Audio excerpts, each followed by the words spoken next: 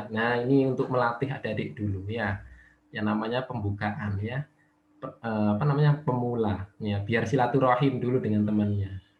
Nah, latihan kerjasama. Nah, baru nanti ketika kita sudah punya level lagi ya, latihan egois kan gitu ya, latihan masing-masing punya strategi untuk ya, untuk ambis masing-masing gitu. Oke, panah merah. Lapisan yang ditunjuk panah merah.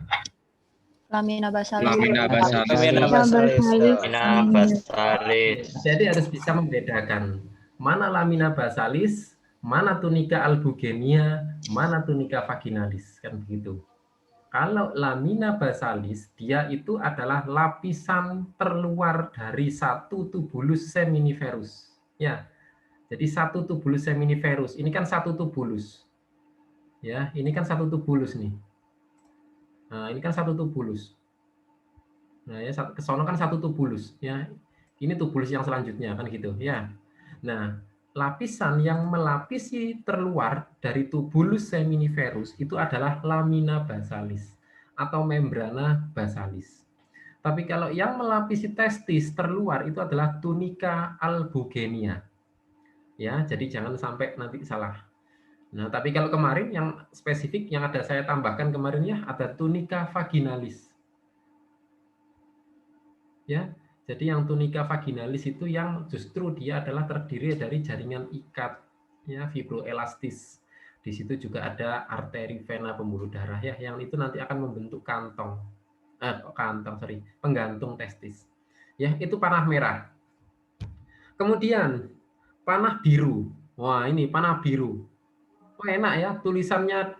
Jadi gini ya, saya kasih clue lagi. Nanti ujian itu tidak ada clue seperti ini. Ya, kita hanya beri clue-nya adalah tanda panah sama titik-titik. Ya.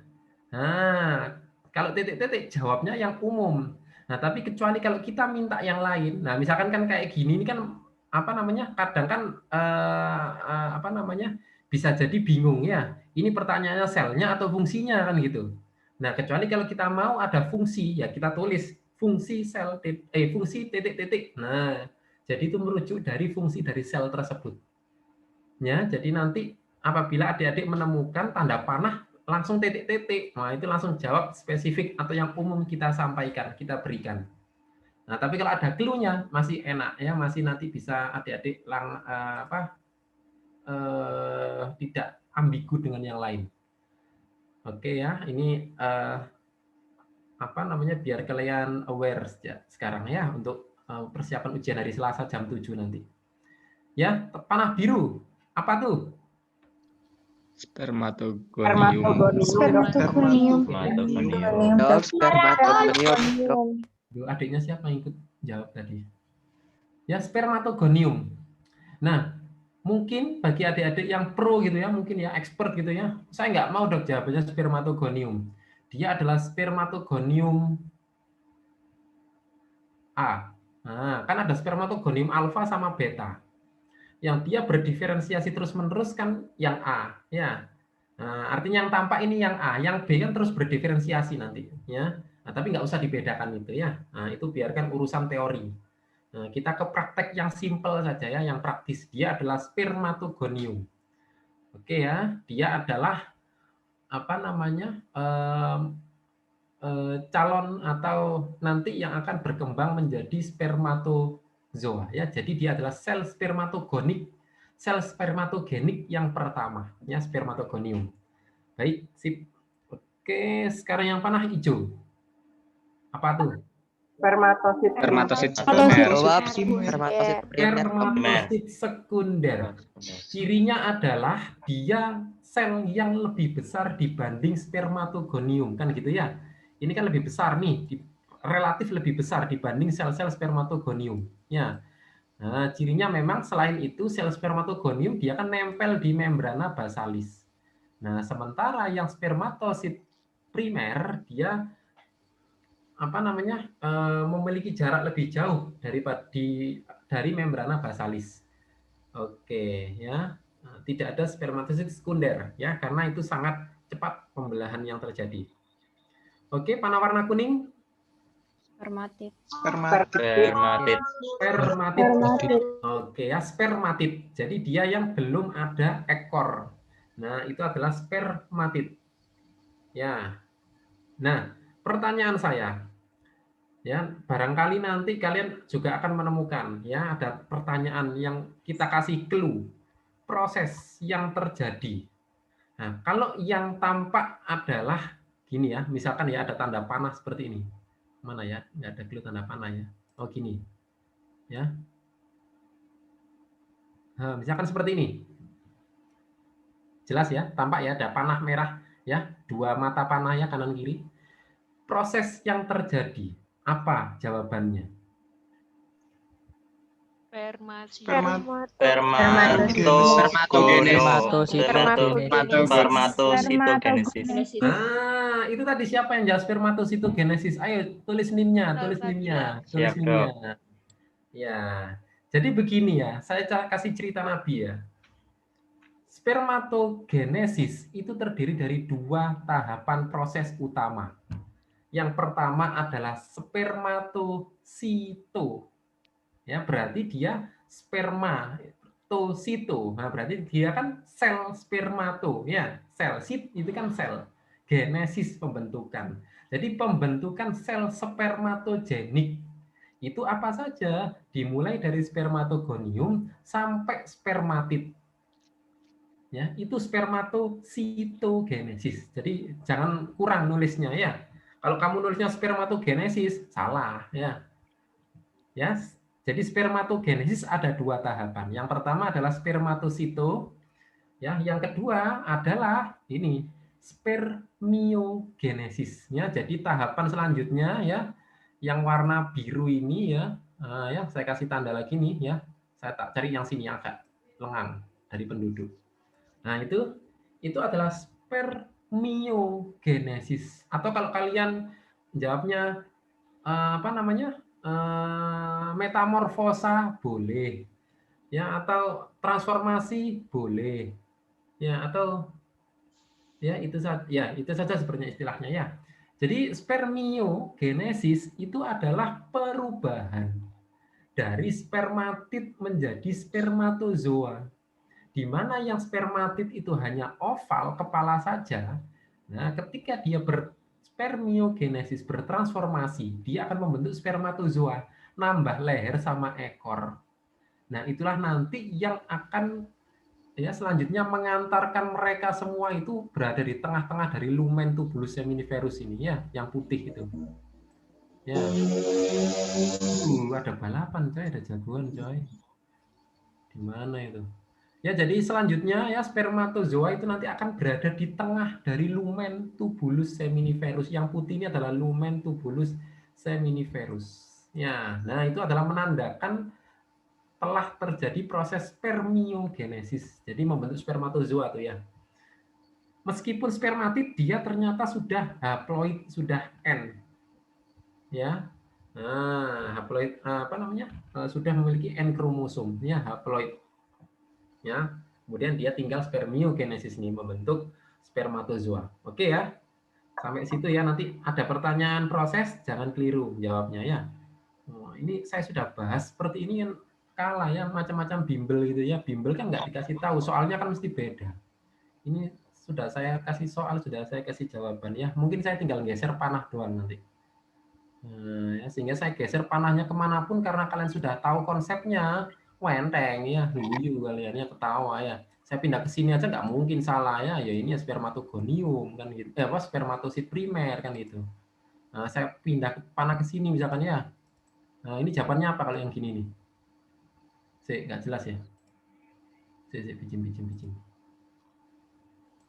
Nah, yang gini nih, apa nih? Tahu? Sel sertoli. Wah, Elongasi spermatid. dia itu adalah spermatozoa, bos. Kepalanya sudah lonjong dan dia berekor. Ini kan ekornya. Atau enggak tepat ya panahnya ya? Nah, wis, gitu ya. Nah, oke ya. spermatozoa ya, meskipun saya pindah kemanapun Wallace ya. Nah kayak gini nih, apa jawabannya?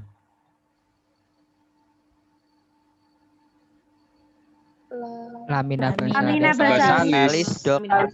Basalis. Nah saya tambahi, apa gini nih jawabnya? Spermatogonium. Spermatogonium. Oh, spermatogonium. Dok. Ya, oke ya. Ini saya tambahi. Jawabannya adalah peritubular myoid cell. Jadi dia adalah sel myoid, berarti di otot. Peritubular berarti tepi dari tubulus. Kan gitu ya. Peri tepi, tubular itu tubulus. Jadi dia itu adalah sel otot. Lamina basalis itu loh, otot polos. Nah, otot polos itu tentu ada inti sel. Nah, inti sel itulah yang disebut dengan peritubular myoid cell. Jadi sel myoid itu berarti ototnya peritubular di tepi tubulus. Nah, ya saya tambahi. Nah, kalau itu ceritanya beda dengan spermatogonium. Kalau itu ada di dalam lamina basalis. Nah, tapi kalau menempel di lamina basalis itu adalah spermatogonium. Oke ya, sampai sini paham ya.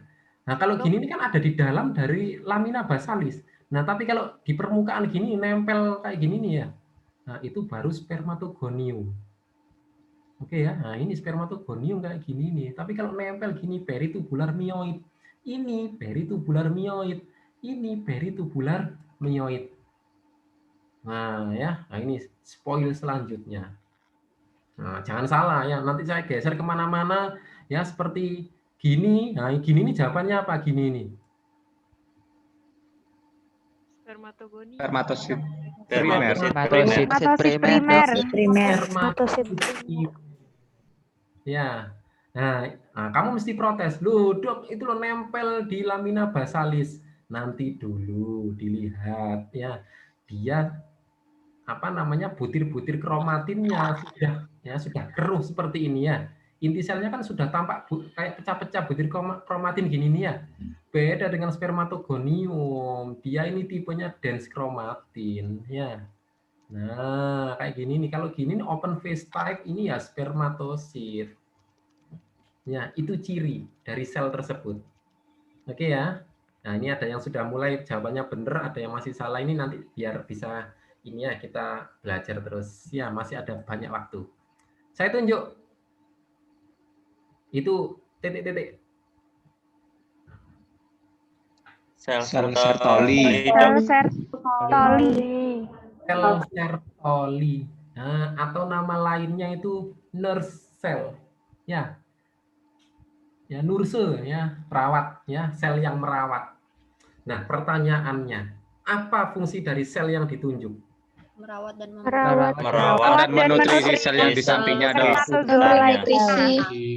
Oke, ya, pertama. Oke, dia pertama fungsinya adalah ya namanya perawat, ya mesti merawat. Nah, merawatnya dengan cara apa? Memberikan nutrisi kepada sel-sel spermatogenik. Artinya apa? Berarti mulai dari spermatogonium sampai spermatozoa, dia itu akan diberikan nutrisinya oleh sel Sertoli. Jadi sel Sertoli itu nggak hanya di sini, tapi dia mulai dari lamina ini sampai ke mendekati lumen tubulus, yang nyebar. Nah, memang akan lebih banyak di daerah dekat dengan lumen, karena di situ banyak spermatozoa yang tentu membutuhkan nutrisi lebih. Itu sel Sertoli. Jadi dia nggak hanya memberikan nutrisi pada satu jenis sel saja. Atau dia hanya terletak di dekat dengan lamina. Enggak, tapi dia menyebar. Karena dia fungsinya adalah merawat semua sel spermatogenik. Mulai dari spermatogonium sampai spermatozoa.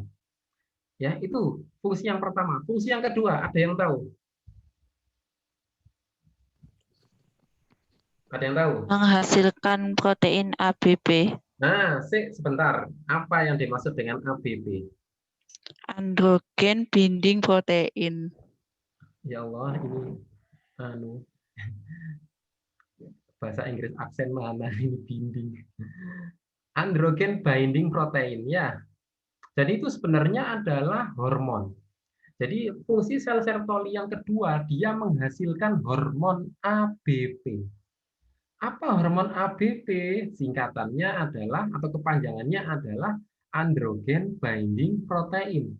Apa arti dari androgen binding protein? Dia adalah hormon protein, ya. Jadi ABP ini derivat protein. Hormonnya itu bersumber dari protein. Karena hormon ini sumbernya banyak. Ada yang dari protein, ada yang dari kolesterol, ya, ada yang dari glikoprotein, ya, dan sebagainya. Ya, jadi saya kembali lagi ke ABP. Jadi androgen binding protein itu adalah hormon protein. Binding itu mengikat androgen. Nah, jadi adalah hormon protein yang mengikat hormon androgen. Siapa yang hormon androgen yang dimaksud dalam hal ini? Ada yang tahu?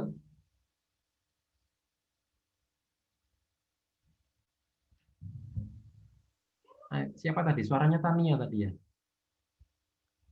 Ayo, catat Nimo, Tania. Ayo, hormon androgen yang mana yang diikat oleh ABP ini?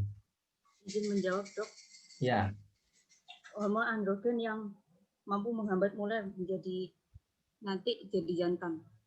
Nah, sebentar. Hormon androgen yang mana ini maksudnya hormon apa? Hormon namanya hormon apa?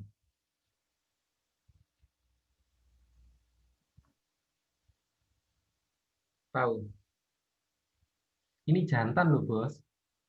Hormon testosteron, Dok. Testosteron. Ya. Jadi yang dimaksud dengan hormon yang diikat ini adalah testosteron. Jadi ceritanya gini, Dik. Saudara kan tahu ya, ini sel apa nih? Ya?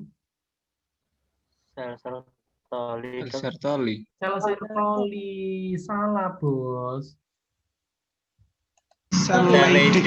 Leydig. Dok. Belum pindah, Dok. Belum pindah dok tadi. Delay masih belum pindah. Delay. Gitu ya, delay ya. Oke. Sorry. Oh iya, berarti mungkin ada jaringan ya. Oke. Ya, jadi itu adalah sel Leydig interstitial atau sel interstitial ya. Sel interstitial itu maknanya berarti inter itu antara. Ya. Interstitial berarti di antara jaringan atau di antara sel-sel kan gitu. Jadi dia adalah sel interstitial nama lainnya atau sel Leydig atau komplit digabung jadi satu. Interstitial sel Leydig. Dia yang menghasilkan hormon testosteron kan gitu ya. Nah, tapi masalahnya ini kan berada di luar dari tubulus. Ya enggak? Nah, padahal fungsi testosteron salah satunya juga adalah pematangan, mematurasi sel spermatogenik ya sampai spermatozoa gitu. Nah, dia kan berada di luar dari tubulus. Nah, caranya gimana biar dia bisa masuk? Inilah peran dari sel Sertoli. Dia menghasilkan hormon ABP. Ya, hormon protein yang mengikat androgen. Jadi dia nanti ABP itu yang akan menyerap atau membuat ya testosteron yang berada di luar dari tubulus ini akan terikat dan dibawa masuk ke dalam tubulus seminiferus. Sehingga itulah nanti yang akan membantu proses maturasi atau pematangan sel-sel spermatogenik. Nah, itu ceritanya ya, kenapa kok sel Sertoli itu juga menghasilkan hormon binding protein ya.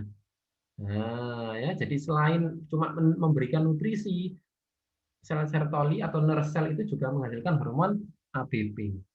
Oke ya, Dil ya. Nah, ini bisa ada di ujian praktikum ya, juga bisa ada di ujian teori. Ya, pilihan 1 2 3 4. Adik-adik harus sudah familiar ya dengan cara ujian pilihan 1 2 3 4 kemudian benar salah gitu ya. Nah, ini harusnya sudah belajar nih. Mungkin yang SBM ini yang tahu ya, yang SNM sama Mandiri mungkin bisa tinggal nanti belajar. Oke ya, itu fungsi dari sel Sertoli ya maupun sel Leydig. Ya, nah. Di samping itu ya sel Leydig ya selain dia menghasilkan hormon testosteron, ya kan? Nah, tentunya dia juga nanti berfungsi untuk memelihara jaringan interstitial ya. Nah, tentunya jaringan interstitial yaitu ya dirinya sendiri dan teman-temannya ya. Oke. Apa ini? Sel yang berfungsi merawat dan memberi nutrisi sel-sel spermatogenik. Oke ya. Jawabannya adalah sel Sertoli, ya. Nah, tapi itu adalah fungsi yang nomor 1. Fungsi yang kedua, dia menghasilkan hormon ABP tadi. Oke, sampai sini ada yang tanyakan? Tidak. Oke ya. Saya lanjut. Oh, mana aja, saya buka semua aja gitu. Besok ketika ujian jangan lupa diklik ini loh ya, submit all and finish. Ya. Nah, biar nanti ini kamu memastikan bahwa semua jawaban ini terinput. Dan saran saya kalau ujiannya selesainya jam 12.30 gitu ya. Nah, kamu submit all and finish-nya jangan tepat di jam ini, tapi maksimal itu 12.29. Biar semua jawabanmu terekam. Karena kalau tepat 12.30 itu akan tercut, ya, terpotong. Sehingga mungkin yang terekam hanya jawaban ya 2 jawaban terakhir itu mungkin tidak terekam. Ya, tetap aula kita itu auto save ya, tapi kalau misalkan submit all and finish ini akan memastikan bahwa semua jawaban terekam. Nah, tapi kalau nggak sempat submit all and finish ya, atau karena melampaui jamnya ini ya, bisa jadi hanya 2 jawaban terakhir yang nggak terekam atau sebaliknya ya. Nah, antisipasi ya. Jadi jangan lupa, ini penting itu. Nah, biar nanti nilaimu bisa maksimal ya. Jawab aja semuanya, nggak ada nilai minus, soalnya beda dengan SBM yang ada salah -1 gitu ya. Syukur-syukur ini kalau misalkan ujian ini enak memang ya, nggak ada poin minus. Ya semuanya plus. Salah pun ini kayaknya masih ada poinnya 1 ya. Mata kuliah saya tapi ya, yang lain nggak tahu. Duh, kok lemot. Wah, ini efek IndiHome ini.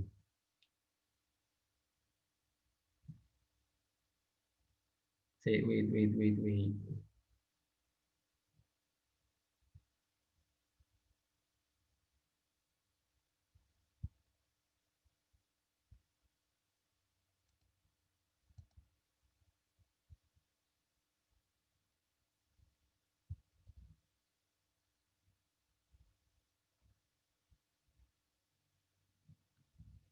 Ya, sambil menunggu, barangkali ada yang ingin tanyakan dari gambar yang pertama.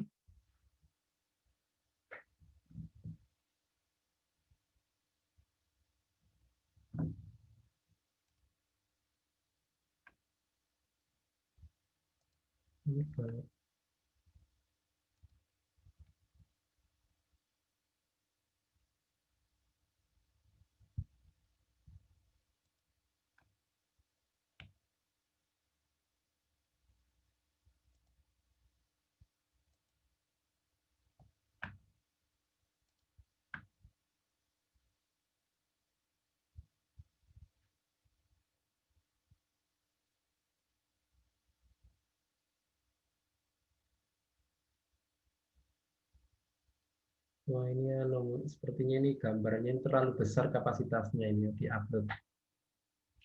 Ya, tapi besok ujiannya gambarnya minim kok. Yang saya upload itu maksimal adalah 300 KB. Jadi nggak akan menghabiskan banyak kuota sama enteng. Ya, tapi tetap ya jaringan adik-adik harus dipastikan lancar ya. Kalau jaringannya juga lemot ya loading gambarnya juga lama. Nah, ini dia ya. Nah, ini adalah gambar. Nah, pertanyaan saya atau pertanyaan ujian ya, anggap aja nanti pertanyaan ujian. Organ titik-titik. Ovarium. Bagian titik-titik. Korteks. Bagian korteks. Jadi adik-adik jangan pernah ya ditipu atau terperdaya bahwa perkembangan folikel mulai dari folikel primer, primordial ya, sampai degraf, kemudian korpus, rubrum, luteum, albikan, bahkan folikel atretik pun itu semuanya terjadi di bagian korteks atau tepi. Ya, karena di daerah medula itu hanya ada pembuluh darah, jaringan ikat saraf ya. Kemudian jaringan ikat padat atau jaringan ikat tak beraturan dan sebagainya itu ada di medula. Ya, yang lain folikel dan sebagainya itu ada di korteks dari ovari. Nah, sekarang panah biru, nah ya panah biru ya. Nah, ini panah biru nih. Itu apa? Folikel primordial. Folikel primordial. Folikel primordial. Folikel primordial atau primer. Ya, saya nggak bisa nyalahkan loh ya, kalian jawab primordial atau primer ini boleh. Tapi berhubung ini nggak mungkin kalau ini masih fetus, ini mesti sudah dewasa. Makanya ini adalah folikel primer ya. Ini versi yang kedua ya, maksud saya ya. Jadi versi yang kedua, saya jawabnya versi yang kedua. Jadi folikel primordial itu hanya ada pada saat fetus. Nah, setelah dia lahir, nah kemudian menjadi dewasa, nah itulah yang terjadi atau terbentuk adalah folikel primer. Ya, tidak lagi folikel primordial. Oke ya. Cirinya sudah tahu ya bahwa folikel primer itu terdiri dari satu lapis sel granulosa atau sel folikel. Oke. Nah, sekarang ya panah apa itu? Merah. Oke. Panah merah nih. Nah, sel apa? Granulosa, Dok. Sel granulosa. Sorry. Folikel yang ditunjuk panah merah. Folikel Folikel sekunder. Sekunder, Dok. Oke ya, folikel sekunder ya. Kalau pertanyaannya folikel ya, folikel sekunder ya. Tapi kalau pertanyaannya sel berarti sel apa? Granulosa. Granulosa, Dok. Sampai sini deal. Tapi kalau gini doang pertanyaannya, titik-titik. Folikel sekunder. Folikel Ya, sekunder. hanya ada panah sama titik-titik. Apa jawabannya? Folikel sekunder mungkin, Dok. Oke ya, folikel sekunder. Oke ya, fix. Nah, oke ya. Yang saya tunjuk Zon Oosit primer. oosit primer. oosit primer. Oke ya. Dia oosit primer. Oke, sip. Ya, gampang kalau ini ya. Rasanya kalau urusan spermatozoa sama gamet betina rasanya kalian sudah mulai banyak yang bisa. Ya, tinggal nanti kita review yang embrio coba. Tapi kita tuntaskan dulu dong yang ini. Oke, yang panah merah. Corona Radiata. Corona radiata. Oke, yang panah hitam. Oosit sekunder atau nukleus. Oke ya, nukleus dari oosit. Ya, nukleus oosit. Oke ya, inti sel oosit ya. Atau inti oosit. Kalau yang panah kuning toh, apa? Zona pellucida. Ya, kuning itu zona pellucida, tapi sini pertanyaannya sel ya, kayak ini. Sel yang ditunjuk warna hitam, yang ditunjuk. Iya, mungkin merujuknya ke nggak ada jawabannya di sini. Oosit sekunder, Dok. Mungkin oosit sekunder, Dok.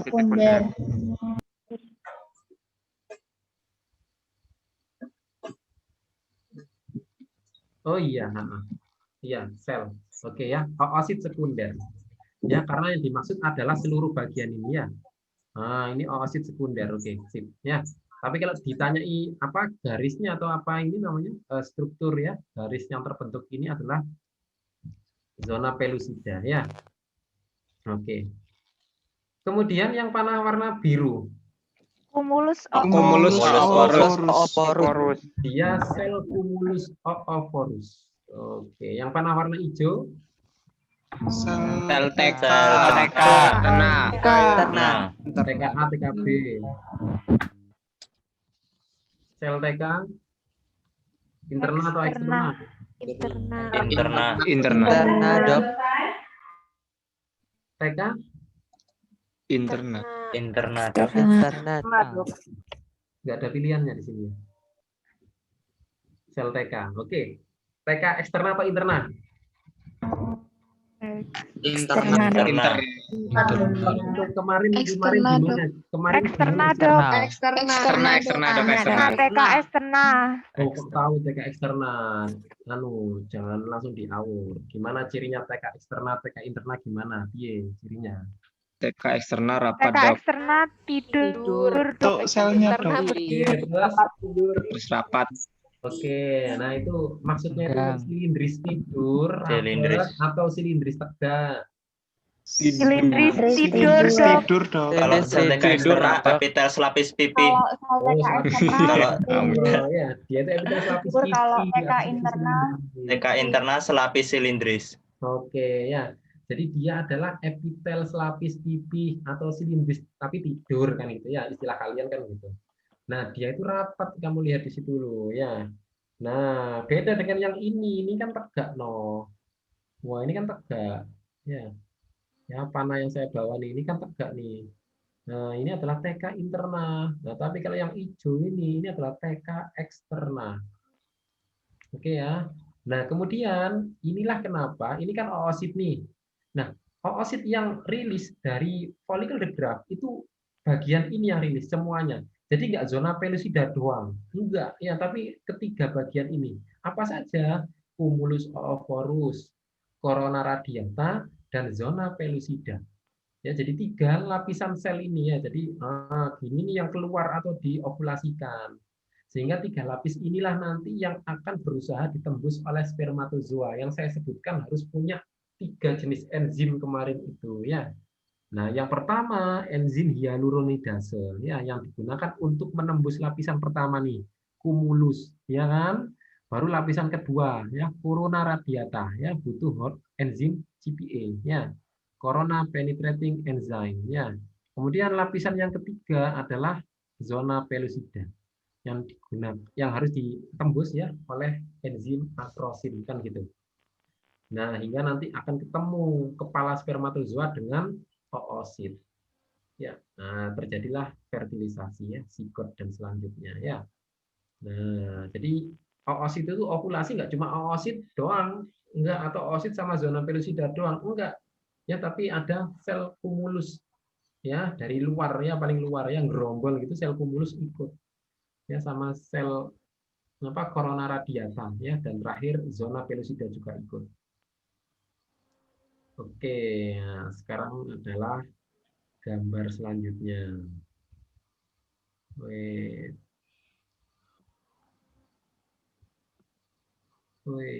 lama.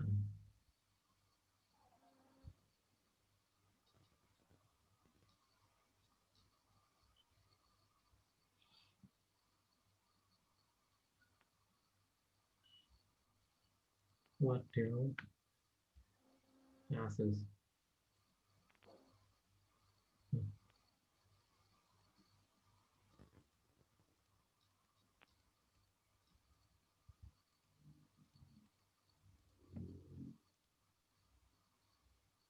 Ya, semuanya yang buka duluan. Nggak ada yang buka.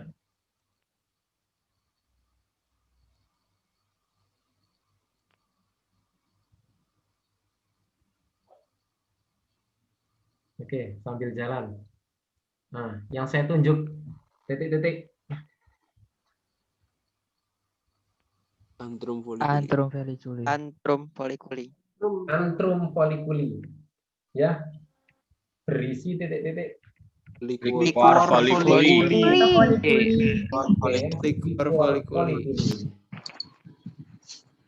Dia serupa dengan hormon apa? Estrogen. Estrogen.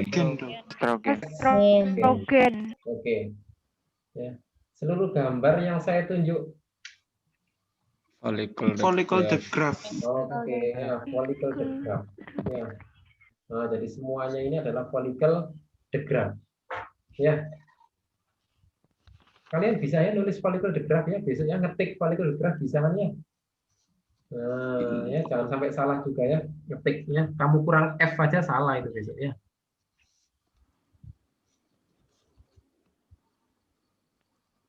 Oke, nice. Ini sama coy. Nah, ini nggak buka. Duh. Oh, banget ya gambarnya ini, besar banget ya kapasitasnya ini.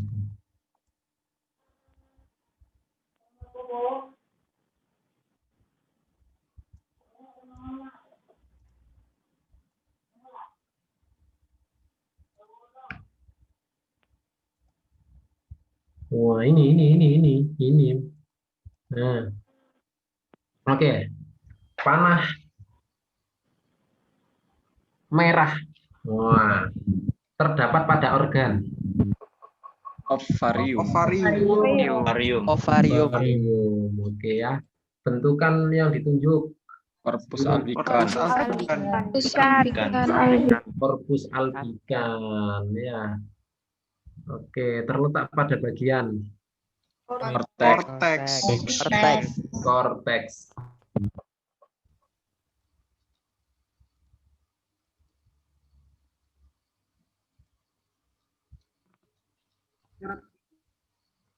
Nah, tapi kalau ini sel apa nih?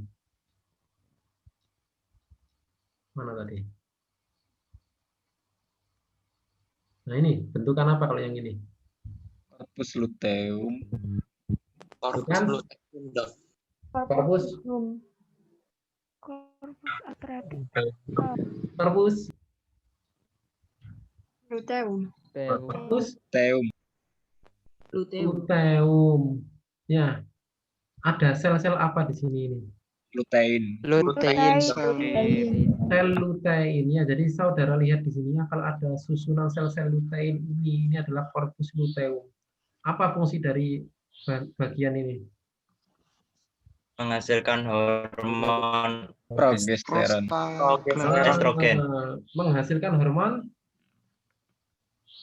Progesteron. Progesteron. progesteron karena estrogen tadi sudah urusannya follicle the graft tadi. Nah, follicle the graft tadi kan urusannya kan sudah melepaskan oosit, sudah ovulasi. Akhirnya estrogen kan ikut muncrat ya. Nah, disitulah habis dong estrogen ya. Nah, digantikan ya perannya dengan dihasilkannya hormon progesteron ya oleh sel-sel lutein dari corpus luteum kan begitu ya. Nah, oke, itu muncul. Nah, ini muncul. Oke, nah sekarang ya yang ditunjuk seluruhnya apa? Tubulus Tubulus seminiferus. Oke, ya yang ditunjuk. Sel Leydig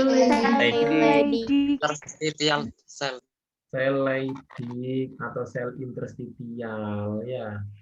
Oke.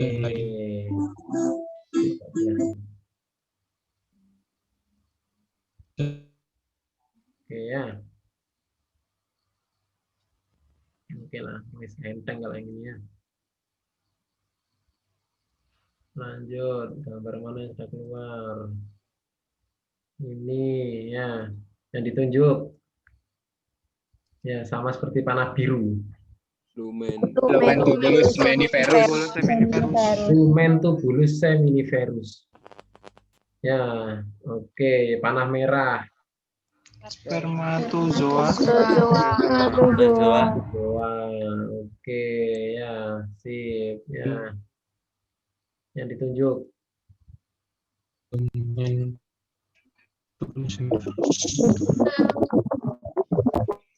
Sel Sertoli. Apa? Peritubular myocyte cell. Sel apa?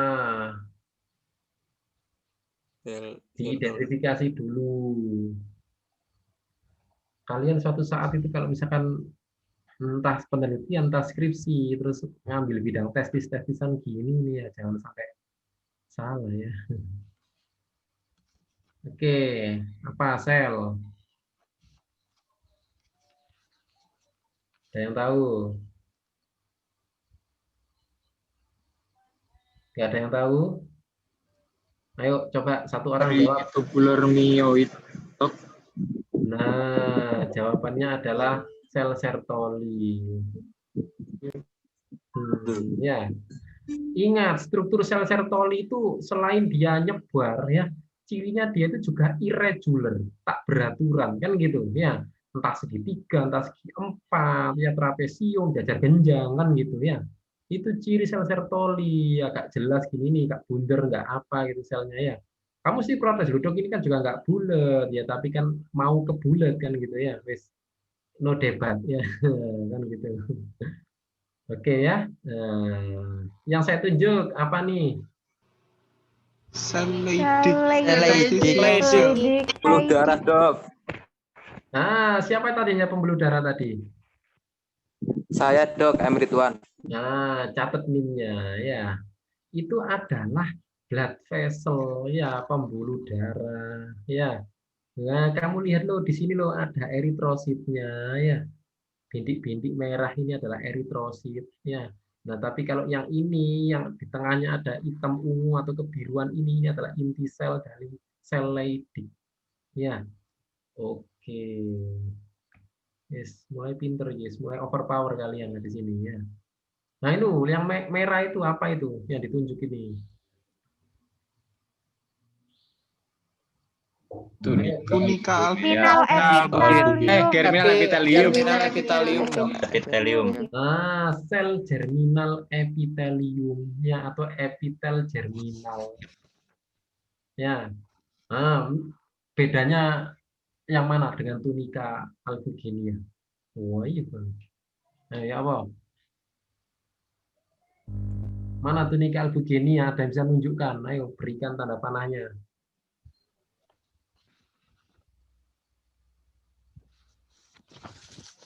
Bawahnya mungkin, Dok. Ya. Putih, Dok. Hah? Yang warna pink. Ah, semuanya warna pink, coy. Agak di bawah. Yang anu tit kuning. Wah, ya itu adalah tunika ya albugenia. Oke ya. Ya bedakan ya dengan germinal epitelium. Kok bisa, Dok? Iya bisa. Germinal epitelium namanya aja epitel. Epitel itu ada 3 ya. Kamu ingat-ingat ya. Ada pipih, silindris, sama kubus. Wah ya itu bentuk epitel ya. Gitu terus ya. Pipih itu berarti ya silindris tidur. Epitel silindris berarti silindris tegak ya. Epitel kubus itu berarti kotak. Nah, itu epitel. Nanti kita belajar epitel ya di histologi ya, di mikroanatomi. Ya, jadi ini nanti itu terdiri dari sel-sel epitel. Nah, germinal, berarti dia yang akan menginisiasi ya, germinal epitelium. Ya. Nah, yang nanti akan menginisiasi gamet atau gonad ya. Nah, kemudian dilapisi oleh sel apa ini namanya? Tunika albugini ya. Nah, ini adalah jadi meskipun bentuknya bulat lonjong kayak gini nih ya, lonjong seperti ini adalah sama tubulus seminiferus. Kenapa kok beda, Dok? Ada yang bulat, ada yang lonjong? Pemotongannya. Ya, jadi tubulus seminiferus kan melungker gitu ya. Nah, kalau kita potong gitu ya, nggak pandang bulu, nah itu akan ada yang bulat, ada yang lonjong dan sebagainya ya. Sama seperti kalau kalian mie ya dijadikan bentuk lontong gitu ya, lontong terus isinya dalamannya adalah mie ya, terus kamu iris gini ya, kamu belah gitu ya. Nah, itu kan mesti ada yang bulat ya karena mie yang panjang ini dipotong ini. Nah, ada yang memanjang lonjong karena mie-nya dipotong membujur. Nah, ya. Nah, gitu ya. Oke, gambarin histologis dari organ apa ini ya? Ini testis ya, Dok. Testis, Dok. Testis, Dok. Testis, Dok. Oke, ya. Gonad jantan atau betina? Oh, ya jelas bukan betina ya. Oke, ya. Loh ini sudah. Nah, sekarang kita coba ke embriogenesis. Oke ya.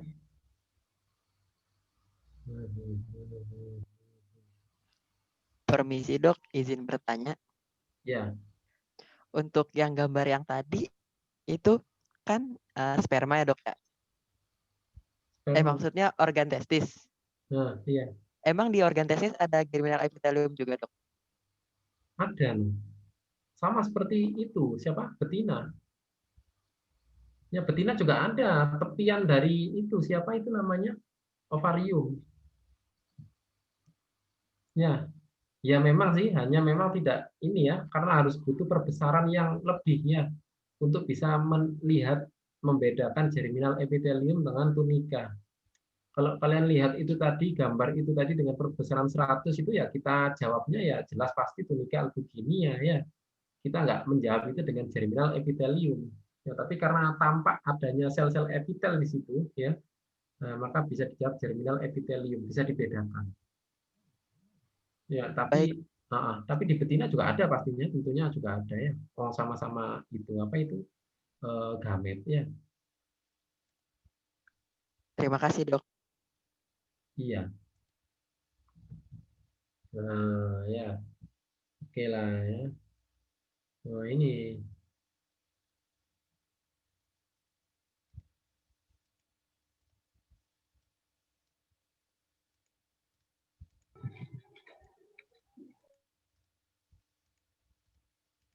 Oke, itu jawabannya sel apa itu? Sel spermatogonium. Spermatogonium. Spermatogonium. Spermatogonium.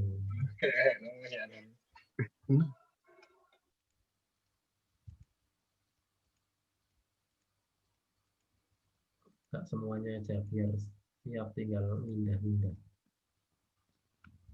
Tapi sebenarnya nggak good looking ya, nggak eye catching jadinya. Kebanyakan tab. Yang menempel pada lapisan Lamina basalis. Lamina basalis. Ya, organnya testis. Nah, testis itu hanya pada jantan ya. Santan, Dok. Bal kan iki apa bal? Mau kuliah, Dok. Jogi. Posisi nang di bal? Banyuwangi, Dok. Oh. Iya, ojo anu lah. Apa jenenge? Nang Surabaya akeh sing kena bal anu. Sapa? Iya, mengane berpaling nak Banyuwangi, Dok. Duh. Ngono ya. Ya ojo nang muli nang Surabaya sing enggak penyakit kan malah. Ora, Dok, iki sehat iki kuat iki. Oke. Mbok rebonding ta rambutmu. Ora, Dok. Mbok iya. Nak Surabaya kan lockdown, gak ono anu to. Tukang cukur itu tutup mangane dawa rambutku. Alah. Potong dhewe. Jaya Elek lek to. iso motong jaya. Malah kayak wedok bal ilang ana brengosmu lek kayak sing arek niru jogetnya Anya Graldin. Oke. Oke, bentukan apa yang ditunjuk? Monggo, siapa yang jawab? Corpus rubrum, Dok. Corpus rubrum. Oke, ya corpus rubrum. Ya, bagi yang struktur yang merahnya ditunjuk itu adalah rubrum. Ya, tapi kalau misalkan nanti panahnya ini yang bagian yang ini ya, yang apa namanya, yang sudah membentuk sel-sel lutein ini baru jawabannya adalah corpus luteum. Ya. Nah, sebenarnya jawaban seperti ini semuanya masih mengarah ke corpus rubrum meskipun dimanapun panah yang ditunjuk ya, karena masih ada tanda memerah seperti ini. Ya, cuma kita memang bisa memperdebatkan ya karena di sini sudah ada sel lutein yang terbentuk, sehingga ini dijawab apa itu corpus luteum itu juga betul. Ya, nah tergantung aja panahnya besok kemana ya, panahnya aja kan runcing ya. Nah, oke ya. Bagian apa nih? Cortex, Dok. Cortex. Dok. Ya.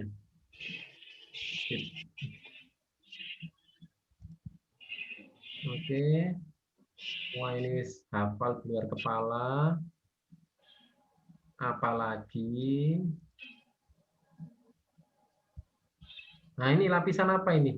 Merah yang ditunjuk ini. Tunika vaginalis. Ingat ya, dia tidak hanya lapisan ini saja ya. Nah, kalau ini jawabannya tunika albugenia loh ya. Yes, kita nggak memberikan germinal epitelium ya karena halu nanti jadinya ya. Batasnya juga tidak terlalu jelas. Ya, kecuali kita perlu perbesaran lagi dari mikroskop. Ya, ini 40 ini. Nah, kalau tunika albugenia, tunika vaginalis ya, itu ada, nah ini ada bolong-bolong lumen ini ya. Ini adalah apa namanya lumen-lumen dari pembuluh darah.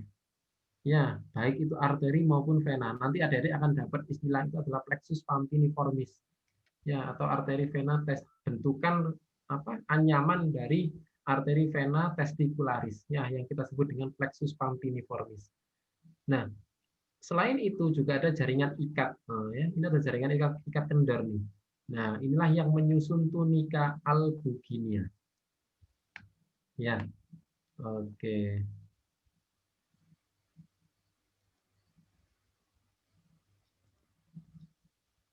Oke ya. Oh, ini hafal di luar kepala yang ini. Oke. Nah, sini jelas. Ini jelas ya? Oke. Jadi kita langsung ke kita pilih gambar-gambar embrio. Ini skip. Ini juga skip. Bolos. Pakai.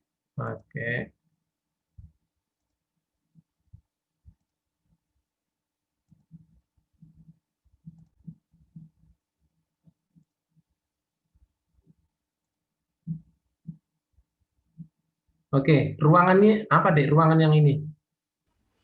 All bodies. Ruangan ini adalah antrum folliculi. Ini follicle degram. Iya. Kalau yang ini baru follicle tersier. Ya, ini adalah col exner badis. Ya. Nah, sebenarnya kalau misalkan kamu mau berdebat gitu, oh itu dulunya kan col exner badis, Dok. Iya. Wah, ya.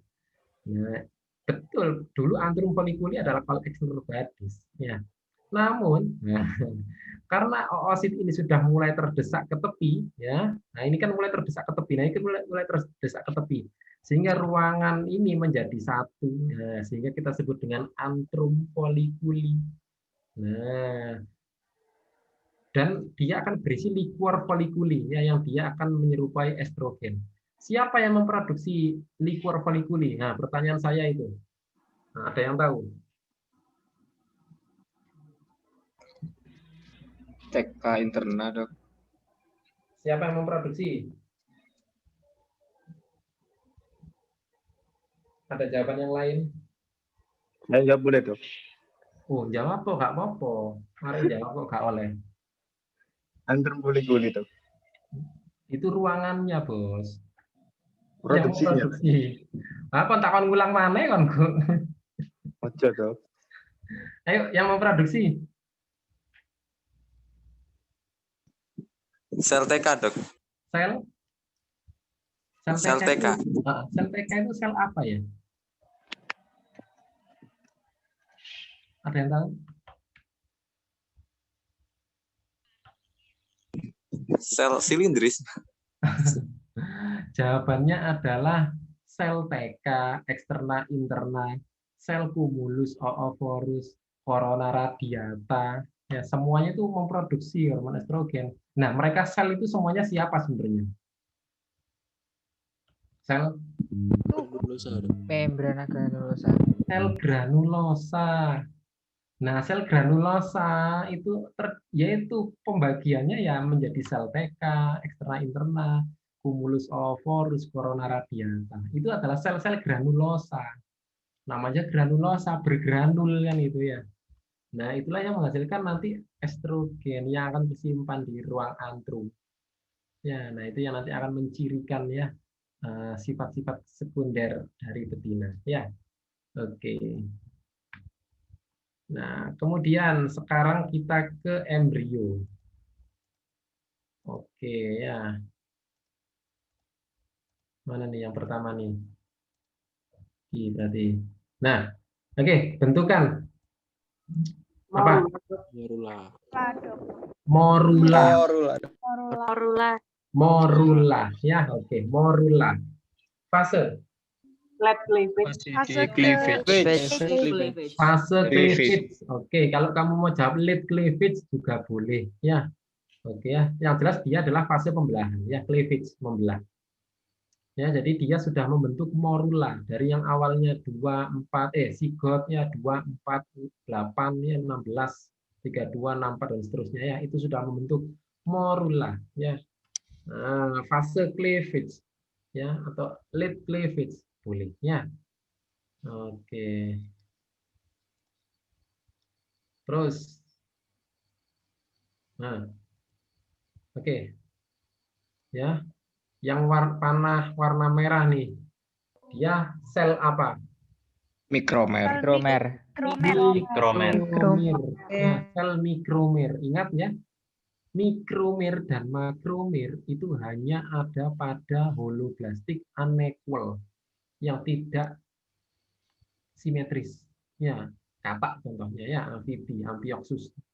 Nah, kalau misalkan dia equal, maka kita tidak bisa sebut makromikromer ya, tapi blastosis kan gitu ya. Nah, misalkan ini kamu sebut, oh ini blastosis atau blastomer, dok, boleh nggak apa-apa ya. Nah, tapi kalau misalkan kamu jawab mikromer itu untuk mempermudah juga mengingat. Karena kalau pertanyaannya kutub, jawabannya adalah Kutub Animal pole. animal ya atau animal pool ya. Oke. Fase apa nih seluruhnya? Cleavage. Late cleavage. Fase? Late cleavage. Nah, kamu jawab late cleavage itu boleh. Early blastula juga boleh. Ya, tahap blastula awal. Karena ini sudah tersusun atas sel yang kompleksnya blastomir tadi, blastositnya. Nah, oke. Oke ya. Kalau misalkan ini, jawabannya apa ruangan ini?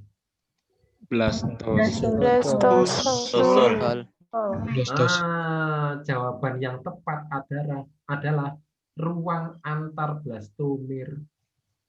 Ya, dia masih belum blastosul. Ya, tapi ruang antar blastomir. Ya, ini hanya ini ya, istilah perjanjian kita saja ya.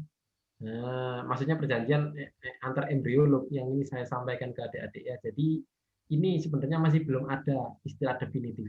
Ya. Nah, sehingga kita sebutnya adalah ruang antar blastomir. Oke ya. Oke, sip. Ini saya belum ngoreksi yang post test tadi ya. Aja, setelah UTS saja saya sampaikan. Ya, anggapkan aja lah hasilmu masih belum memuaskan gitu ya, biar kamu terus terpadu ya. Nah, kalau misalkan nanti sudah merasa bagus, nanti khawatir kalian stop belajar ya, meskipun sebenarnya enggak juga sih, saya tetap percaya kalian yang ada yang terus belajar. Oke, ya ini panah merah terdapat pada kutub Vegetal pole. Ya, karena dia makromir kan gitu ya. Nah, jadi ini kan masih pertumbuhan, ini ada mikromir ya toh. Ini adalah makromir. Nah, sehingga yang pembelahan cepat ini adalah kutub animal, ya, yang pembelahan yang lambat karena ada makromir, dia adalah kutub vegetal. Nah, ruangan ini sama, dia adalah Ruang antar blastomir. ruang antar blastomir. Oke, ya. Nah, oke ya, dia fase Early cleavage. ya. Oke. Dia ini antara mikromer satu dengan mikromer yang lain ini kan terikat ya. Terikat oleh siapa ini? Stigmotaxis. Oke, sebuah proses yang namanya stigmotaxis. Oke. Oke, sip. Oke, catat NIM-nya.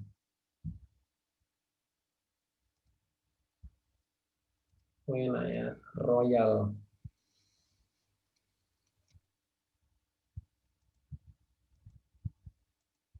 Oke, sekarang ke sini. Nah, pertanyaannya celah. Blastopor.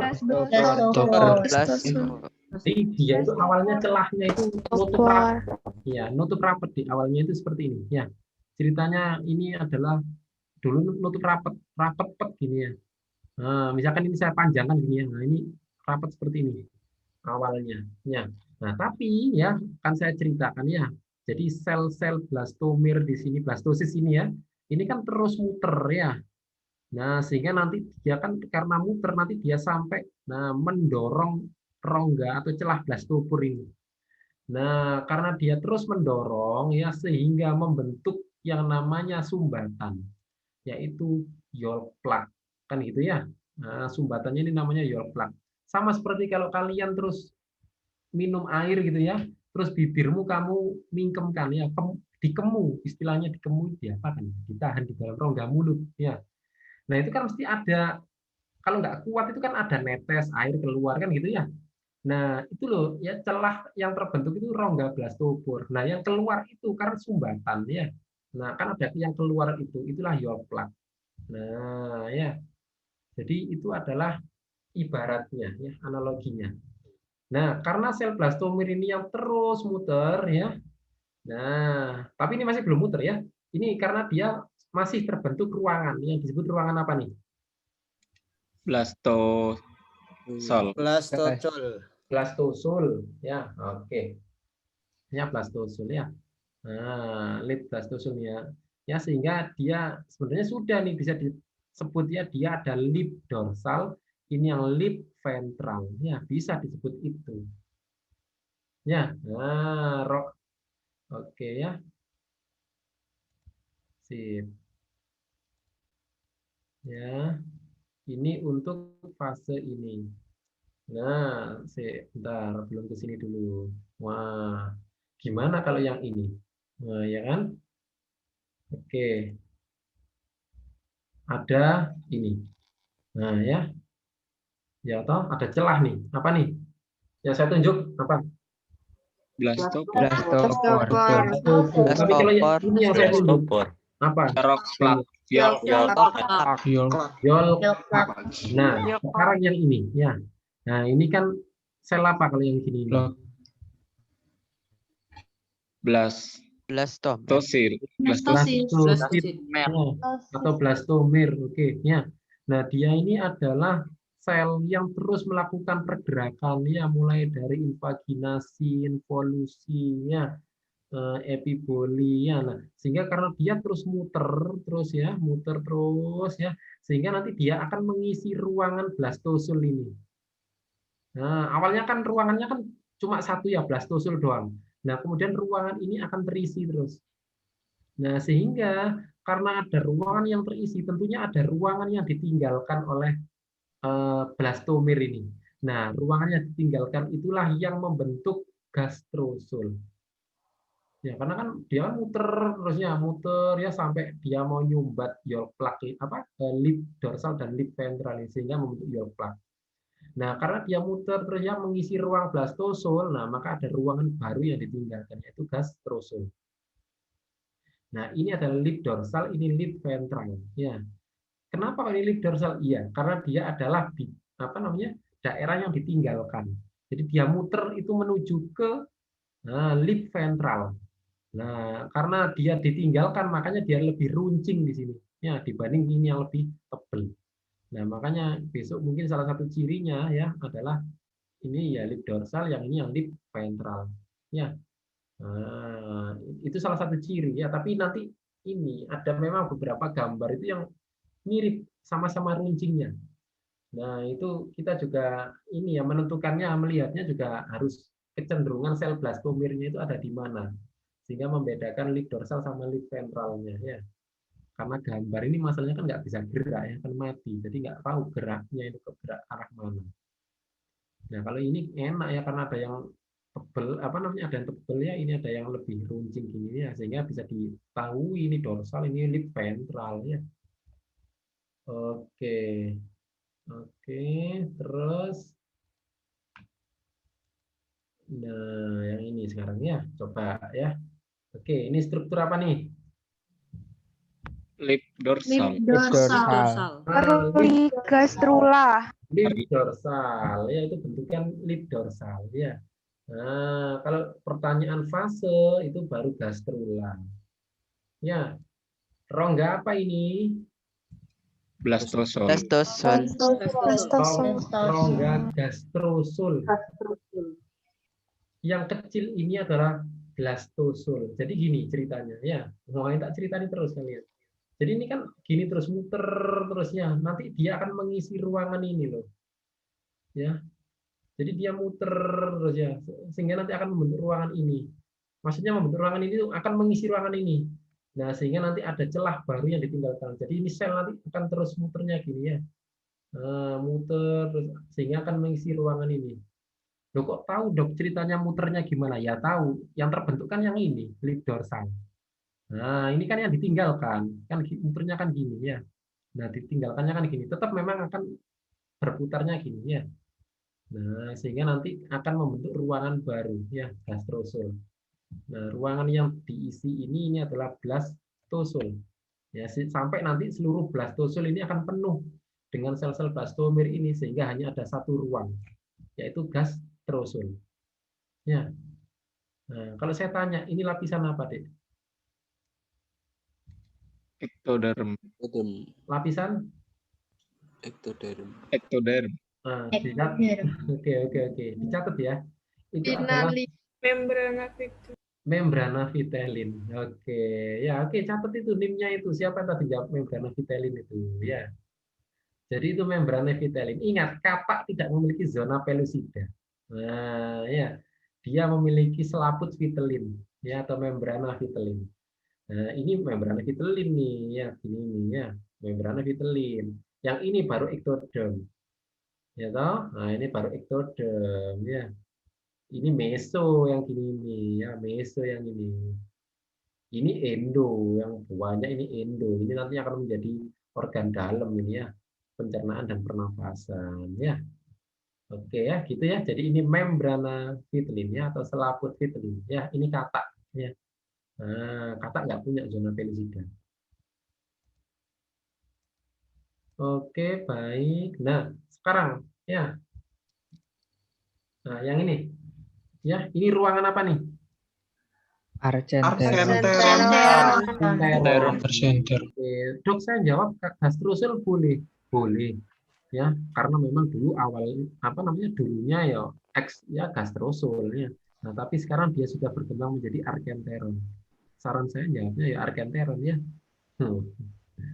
Ya, perjanjian kita gitu ya. Nah kemudian ini kan ada struktur lempeng gini ya. Jadi awalnya gini loh dek. Ya, awalnya kan datar gini. Ya kemudian dia nanti akan melengkung membentuk gini.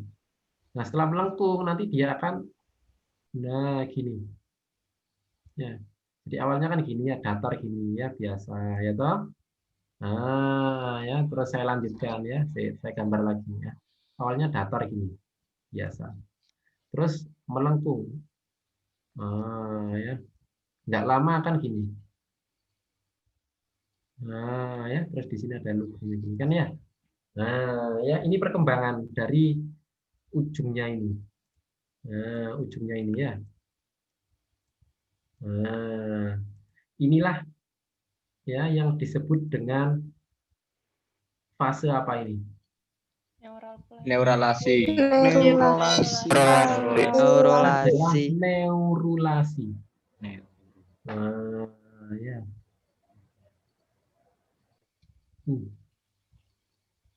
Ya, Dok, neurulasi. izin bertanya. Apa?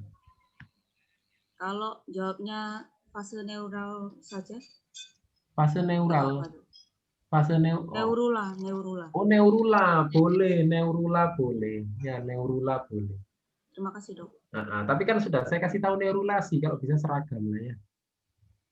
Nah, tapi kalau ada khilafnya ya nggak sempat ngetik C-nya gitu ya nggak apa-apa sih ya.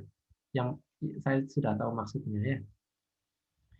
Oke ya, jadi ini adalah neural plate. Nah, gitu ya. Ini neural plate nih karena masih datar. Oke ya, deal ya. Nah, kemudian kalau ditanya, ini lapisan apa? Lapisan apa? Ektoderm.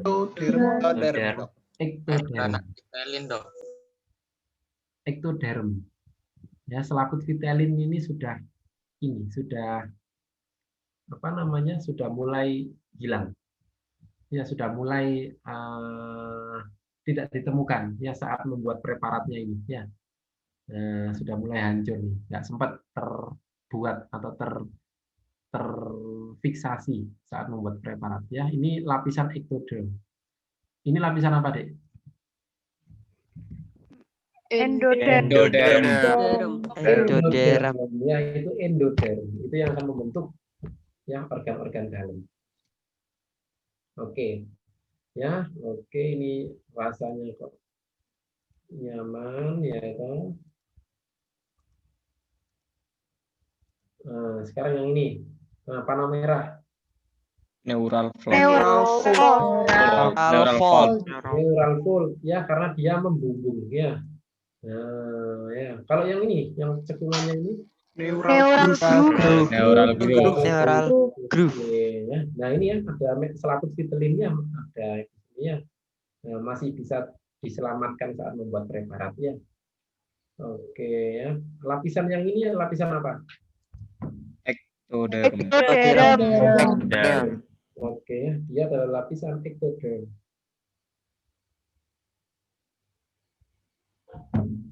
Oke ya, fasenya tentu fase neurulasi.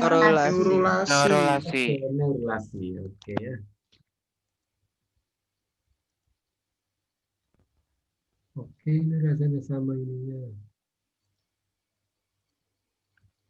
Nah ya, terakhir bentuk panah yang ditunjuk. Stupor. Oh.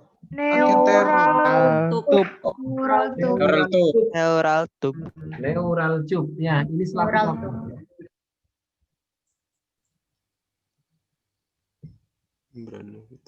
Membrana Membrana vitelin. Nah, vitelin, selaput vitelin. Ini ruangan Argenteron.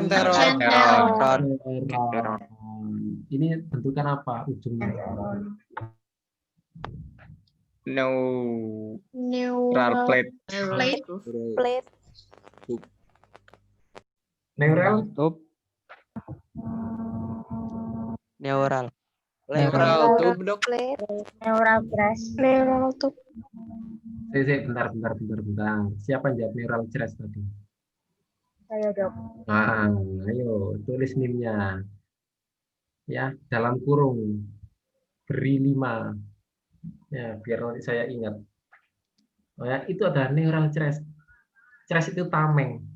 Jadi, setelah dia membentuk sebuah saluran atau tube ya, maka permukaannya ini akan diberi tameng. Nah, itulah yang disebut dengan neural crest. Sehingga ini bukan lagi neural plate yang datar. Neural plate itu ada sebelum terbentuknya neural tube.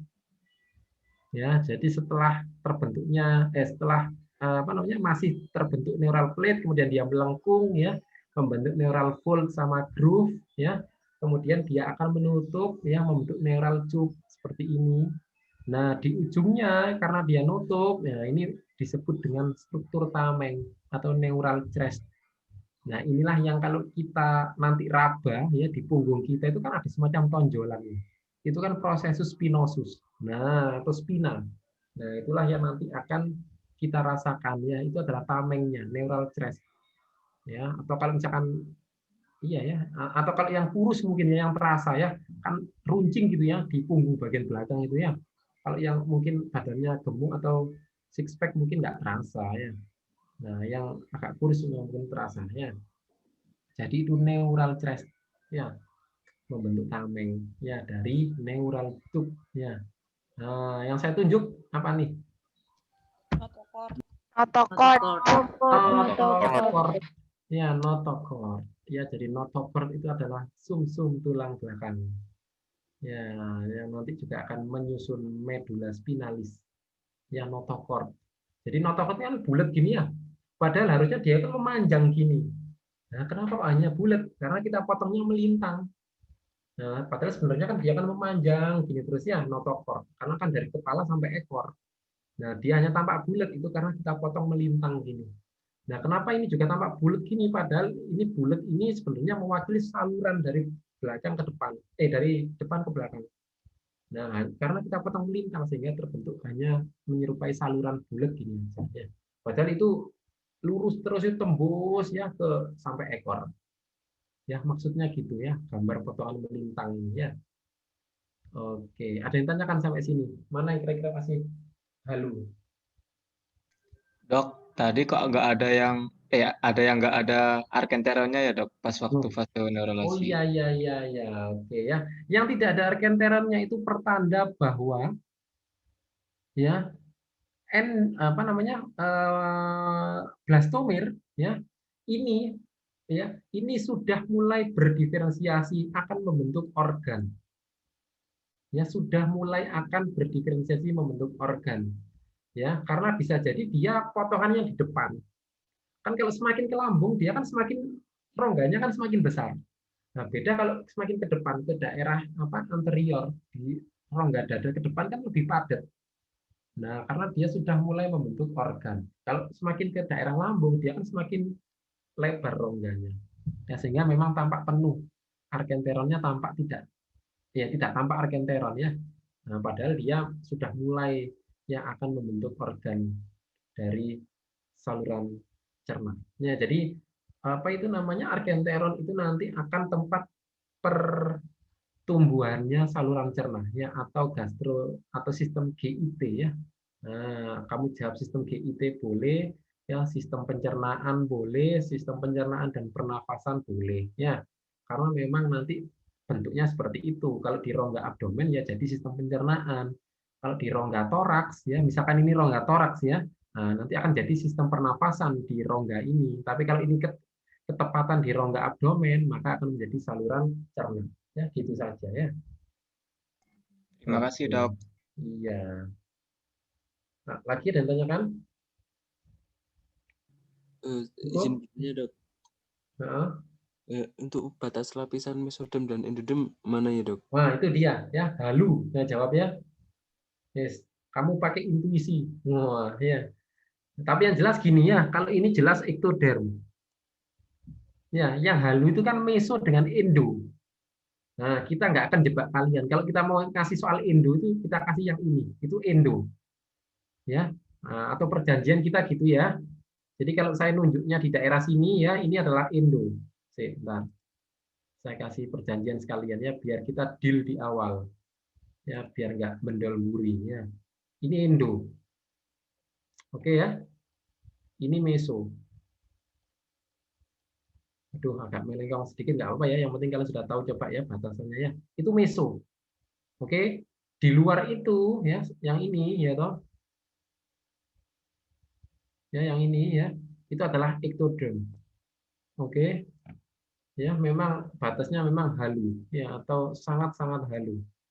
Nah, ya jadi kita saja yang harus membuat perjanjian ini ya. Jadi kalau strukturnya ada di dalam ini ya, salah satu bagian dari tanda panah ini saya tunjuk di sini itu endoderm lapisan. Ya, tapi kalau dia tepat di bawah dari ektoderm ya, maka dia adalah ini ektoderm kan jelas nih ya. Nah, ini kan ektoderm. Nah, sehingga kalau agak sedikit dia dekat dengan ektoderm ya, maka itu adalah jawaban yang kita maksud adalah mesoderm. Nah, tapi kalau tepat di tengahnya ini ya, ya jelas ya, nggak usah didebat ya, itu adalah endoderm. Nah, ya memang batasnya halu ya, tapi kita coba clearkan di sini aja ya, biar nanti adik-adik tidak tidak merasa kita jegal ya, atau merasa kita permainkan. Baik dok, terima kasih dok. Oke, sip. Ada lagi pertanyaan?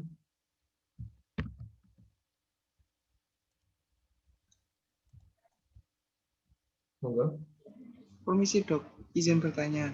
Nanti kalau waktu UTS itu semisal ada yang late cleavage sama yang early cleavage gitu, apa dibedakan dok? Enggak, jawab aja cleavage.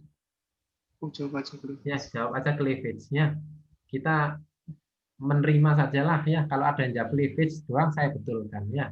Nah, tapi ya gini, kalau kamu jawab early ya, harus benar-benar early. Jangan sudah morula jawabnya early cleavage ya, saya salahkan ya. Nah, tapi kalau kamu jawab cleavage doang betul. Justru kalau kamu tambahi early salah.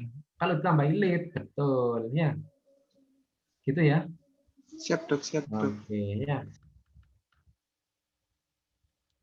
Kadang kita punya inisiatif ya, tapi belum tentu inisiatif itu 100% benar ya, tetap harus kita luruskan ya.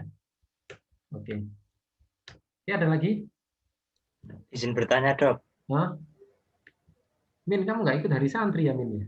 Wah, hari santri di mana dok? Ya nggak tahu, kan wajahmu kan kayak santri gitu ya. Wah, dulu dok SMA. Apa? Pondok di mana? Pondok Ramadan? Enggak, gabung sama MAN. Oke, ya madrasah aliyah ya.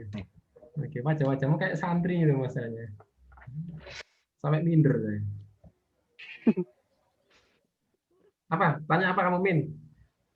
Dok, yang multiparos, uniparos tuh apa tuh dok? Saya itu nyatet tapi nggak selesai, penasaran dok. Kamu sih hobinya tuh kayak ospek aja. Zahid guyang-guyu ya. Ini nggak ada nggak ada kakak tingkat yang ospeki kan ya, yang kombisnya nggak ada ya Zahid ya di sini. Nah, jadi Jaya dok. Sopo Jaya tuh. Iya, Jaya anu. Nggak ada. Kalau kuliah gini ya setara ya kastanya ya. Oke ya. Jadi multiparos ya itu adalah hewan yang bisa beranak lebih dari satu. Ya, multi ya berarti kan banyak ya. Tapi kalau uniparos ya itu hewan yang beranak satu. Ya, uni satu ya menyatu kan itu. Tapi kalau ini biparos. Nah, biparos berarti apa artinya? Ada yang tahu? Anak dua mungkin dok. Beranak dua. Ya, biparos. Apa contohnya hewan yang beranak dua? Ada yang tahu?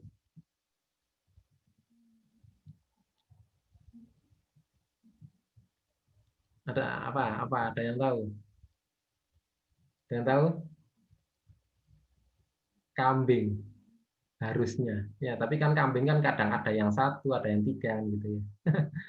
Sebenarnya kambing itu masuk hewan ini ya. Apa namanya? Uniparos. Ya, tapi kadang karena dia bisa beranak lebih dari dua ya. Dua ya biparos ya.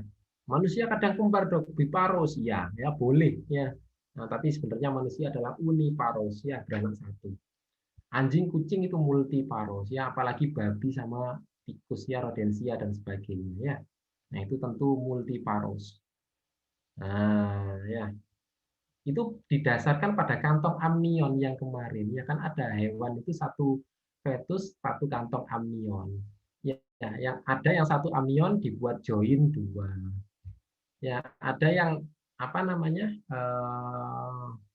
Satu kantong amnion tapi di dalamnya masih ada sekat. Ya, itu kan ada ya seperti itu. Ya, tipe-tipenya ya. Oke. Ada lagi pertanyaan?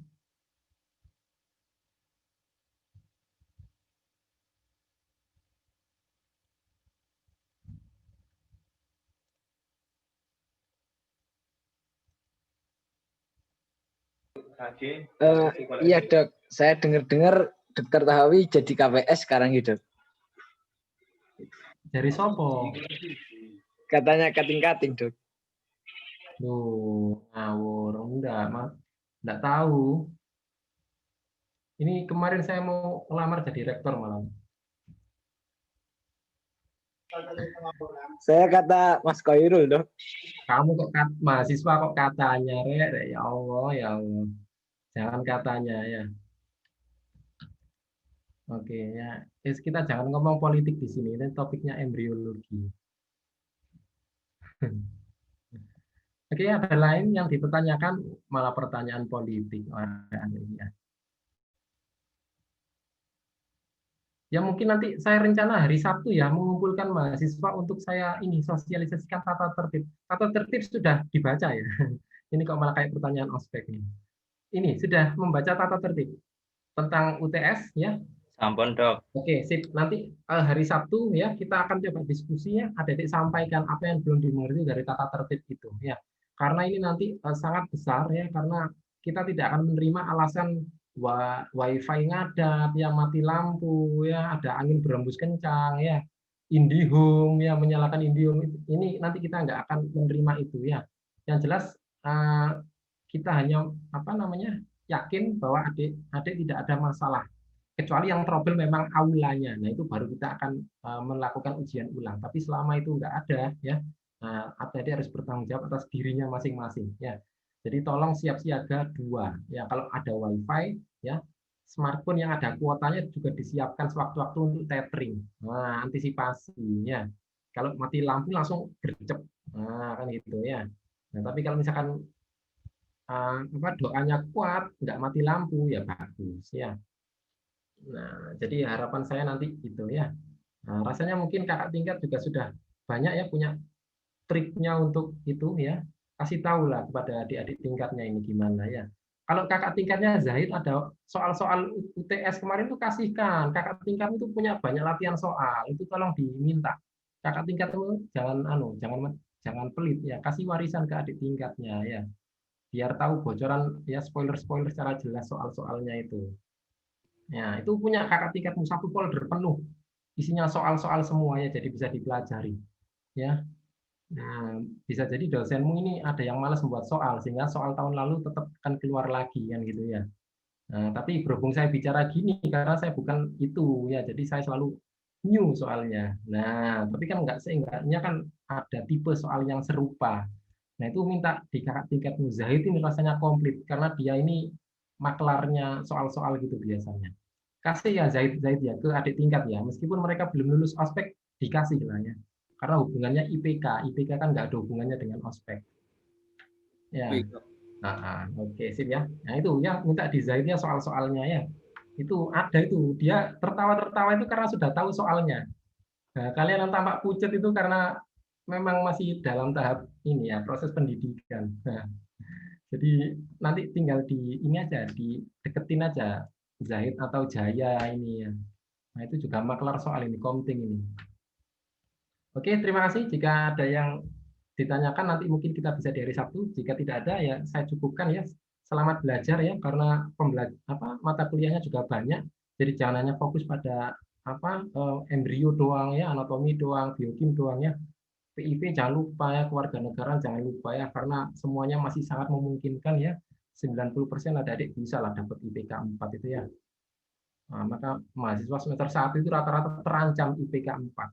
Nggak ada yang nggak terancam ya. Jadi jangan sampai kalian mau lepas dari ancaman itu ya. Kalau bisa kamu hadapi ancaman itu. Oke, terima kasih ya. Semoga sehat selalu ya. Saya akhiri. Wassalamualaikum warahmatullahi wabarakatuh. Waalaikumsalam warahmatullahi wabarakatuh. Assalamualaikum warahmatullahi wabarakatuh. Terima kasih dokter. Terima kasih dokter. Terima kasih, Dok.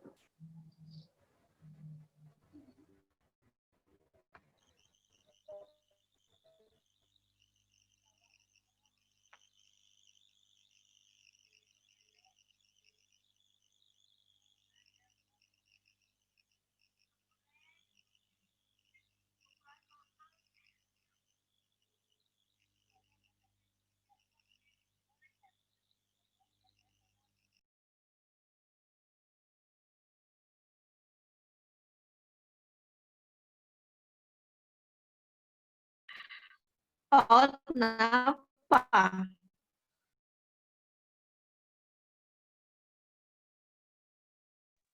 Langsung live langsung.